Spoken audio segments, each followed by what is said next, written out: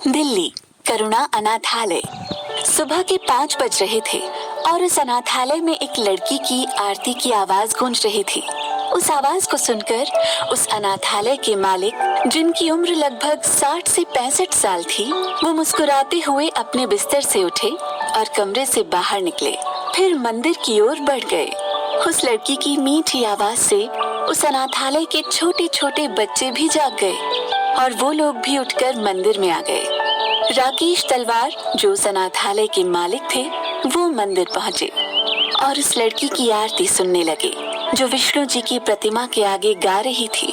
कुछ देर बाद आरती खत्म हुई और वो लड़की पीछे मुड़ी तो पीछे सबको खड़ा देखकर उसके चेहरे पर प्यारी सी स्माइल आ गई और वो आरती की थाल लेकर सबके पास गई। राकेश जी मुस्कुराते हुए उस लड़की से बोले, इतनी प्यारी आवाज सुनने के अब हम आदी हो गए हैं बेटा, और अब आप यहाँ से चली जाएंगी।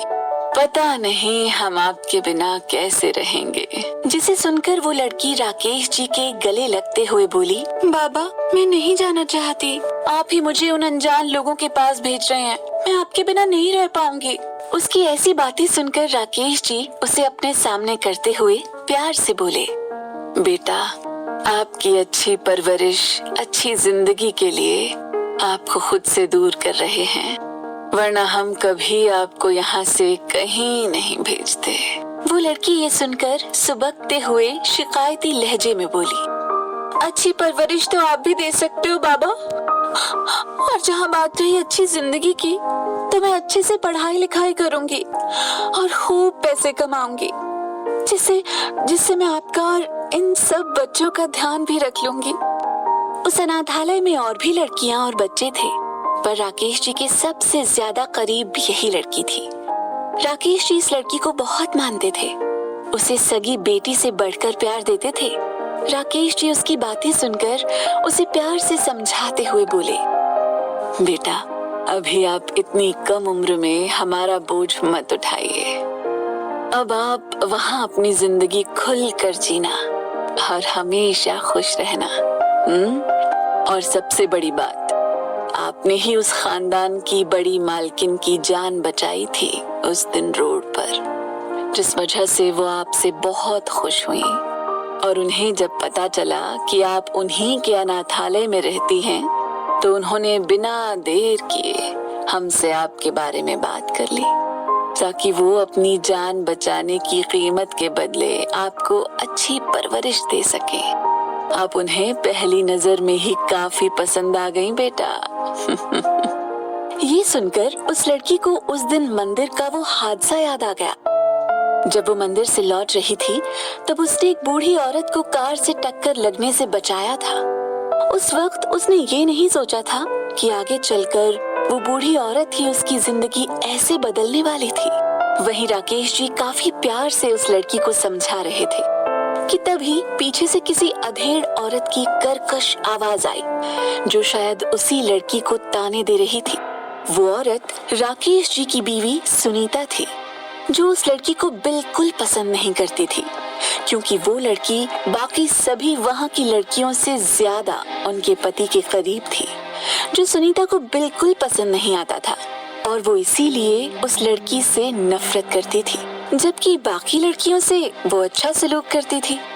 क्योंकि उनके पति के करीब ये लड़की थी, इस वजह से वो उससे चिढ़ती थी। और उस लड़की का राकेश के करीब होने का भी एक कारण था, क्योंकि वो लड़की सबसे भोली और शांत थी।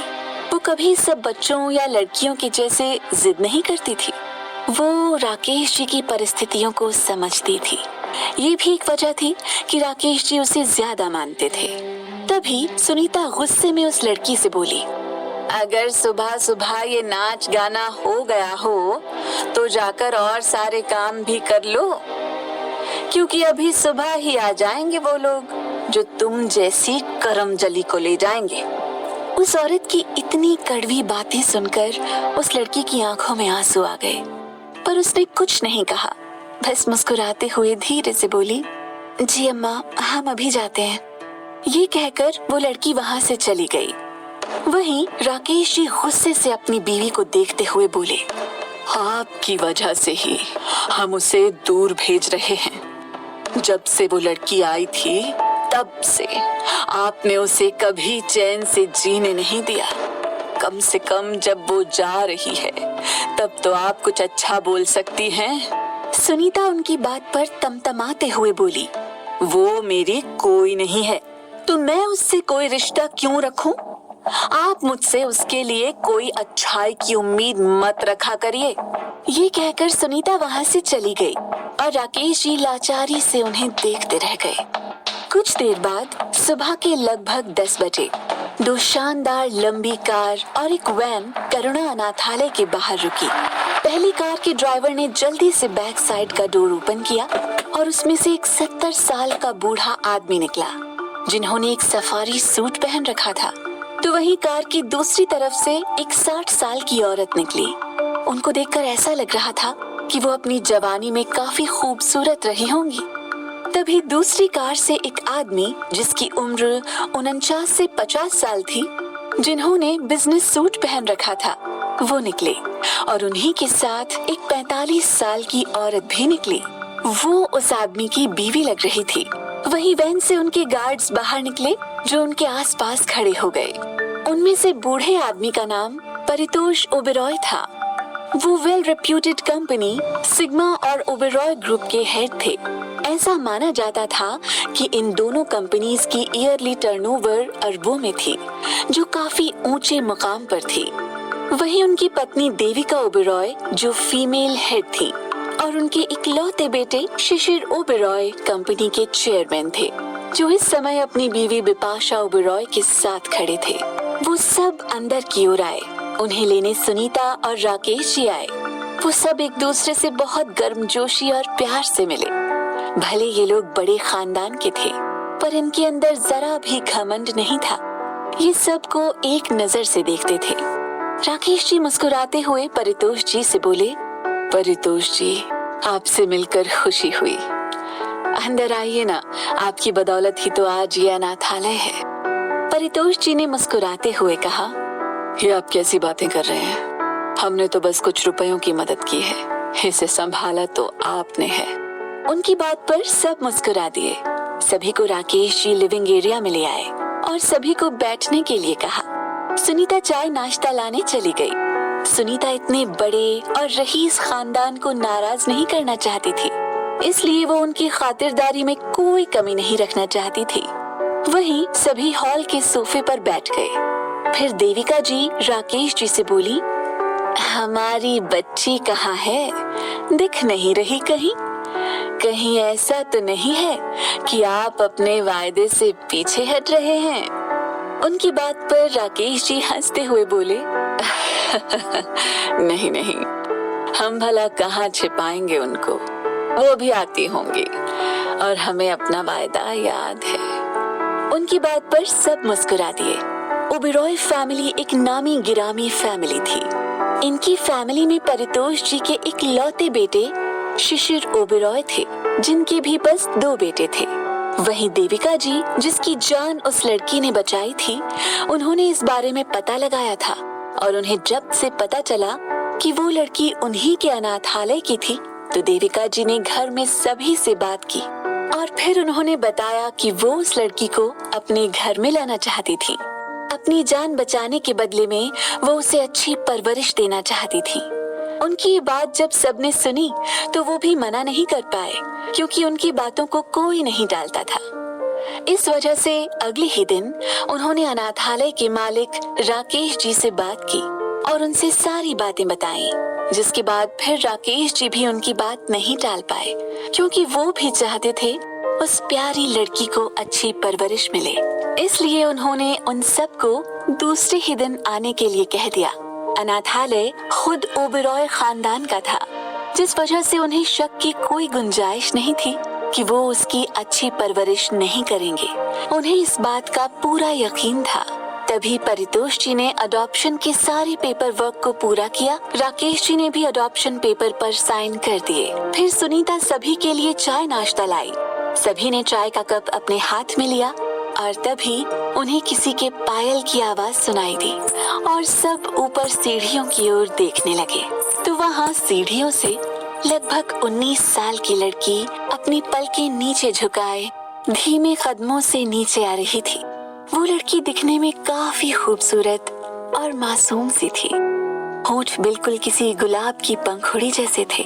काले लंबे सिल्की कमर तक बाल थे और 5 फुट 3 इंच की हाइट थी। बिल्कुल लीन पर्सनालिटी थी जो उसकी खूबसूरती पर 4 चांद लगा रहा था। उसने इस समय एक रेड कलर का अनारकली सूट पहन रखा था और दुपट्टे को सलीके से अपनी गर्दन से चिपका रखा था। वो अपने धीमे कदमों से राकेश जी के पास आई और उनके साइड में अपना सिर नीचे करके खड़ी हो गई। वहाँ बैठा ओबेरॉय परिवार उस लड़की की खूबसूरती की तारीफ मन ही मन में किए जा रहा था। उन्हें उस लड़की का शांत भाव और सादगी काफी अच्छी लग रही थी। तभी बिपाशा जी प्यार से उस लड़की की तरफ देखते हुए बोली, बेटा आपका नाम क्या है? वो लड़की उनकी बात सुनकर धीरे से बोली, मेरा नाम अंतरा है। उसका नाम सुनकर सब मुस्कुरा दिए। शिशिर जी ने उसे अपने पास बैठने को बुलाया। बेटा आप आकर यहाँ बैठो और हम लोगों से बातें करो, क्योंकि अब आपको हम लोगों के साथ रहना है। अंतरा बहुत शांत और थोड़ी चंचल स्वभाव की लड़की थी, इसलिए वो थोड़ा हिचकिचाते हुए राकेश जी की तरफ देखने लगी।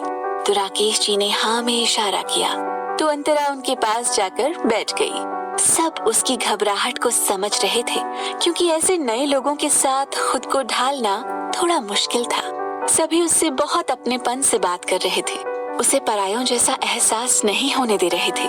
अंतरा को अब अजीब महसूस नहीं हो रहा था, क्योंकि उसे सभी का स्वभाव बहुत अच्छा लग रहा था। कुछ देर बीत जाने के बाद फिर परितोष जी फिर उठते हुए बोले, अच्छा तो अब हम अंतरा को लेकर चलते हैं। ये बोलते हुए उन्होंने अंतरा को देखा। हालांकि वहाँ हर साल हर लड़की और बच्चे को अडॉप्ट करने के लिए परिवार आया करता था और राकेश जी को इतना ज्यादा फर्क नहीं पड़ता था, पर अंतरा उनके ज्यादा करीब थी। इस वजह से उनके चेहरे पर हल्की उदासी आ गई। अंतरा को इतना मानने के पीछे राकेश जी के कुछ कारण थे, पर फिर उन्होंने खुद को संभालते हुए सबको लेकर बाहर की तरफ निकल आए। अंतरा अभी कॉलेज नहीं जाती थी, इसलिए वो बस कुछ कपड़े पैक करके अपने साथ ले आई। जाते समय अंतरा राकेश जी के सीने से लग गई, तो राकेश जी ने उसके सिर पर हाथ फेरा। वहीं परितोष जी अंतरा की उदासी देखकर उसके सिर पर प्यार से हाथ फेरते हुए बोले, बेटा आप अपने घर जा रही हैं। हम सब आपके दादा दादी हैं। हम आपको अपने साथ सिर्फ इसलिए ले जा रहे हैं ताकि आप अपना भविष्य बना सकें, अपनी जिंदगी में कुछ मुकाम हासिल कर सकें। आप हमें अपने दादा दादी कह सकती हैं। बाकी उस घर में जो और लोग हैं उन्हें आपको जो कहना हो वो आप कहिए। हम सिर्फ आपके भविष्य को बनाने के लिए आपको अपने साथ ले जा रहे हैं। अंतरा के लिए ये सब एक्सेप्ट करना अभी बहुत मुश्किल हो रहा था। जाहिर सी बात थी, अंतरा कोई 4 साल की छोटी बच्ची नहीं थी जिसे कोई टॉफी देकर फुसला सकता था और उसे अपने साथ अपने घर आसानी से ले जा सकता था। अंतरा 19 साल की समझदार लड़की थी, जिसके लिए उस अनजान से घर में जाना बहुत मुश्किल हो रहा था। उसे वहाँ के लोगों के साथ एक झिझक महसूस हो रही थी। ओबेरॉय खानदान उस अनाथालय के सबसे बड़े ट्रस्टी थे और वो हर साल कई सारे बच्चों को अच्छी नौकरी और उनके अच्छे भविष्य के लिए मदद करते थे। कई सारी अंतरा जैसी लड़कियों का उन्होंने भविष्य सुधारा था।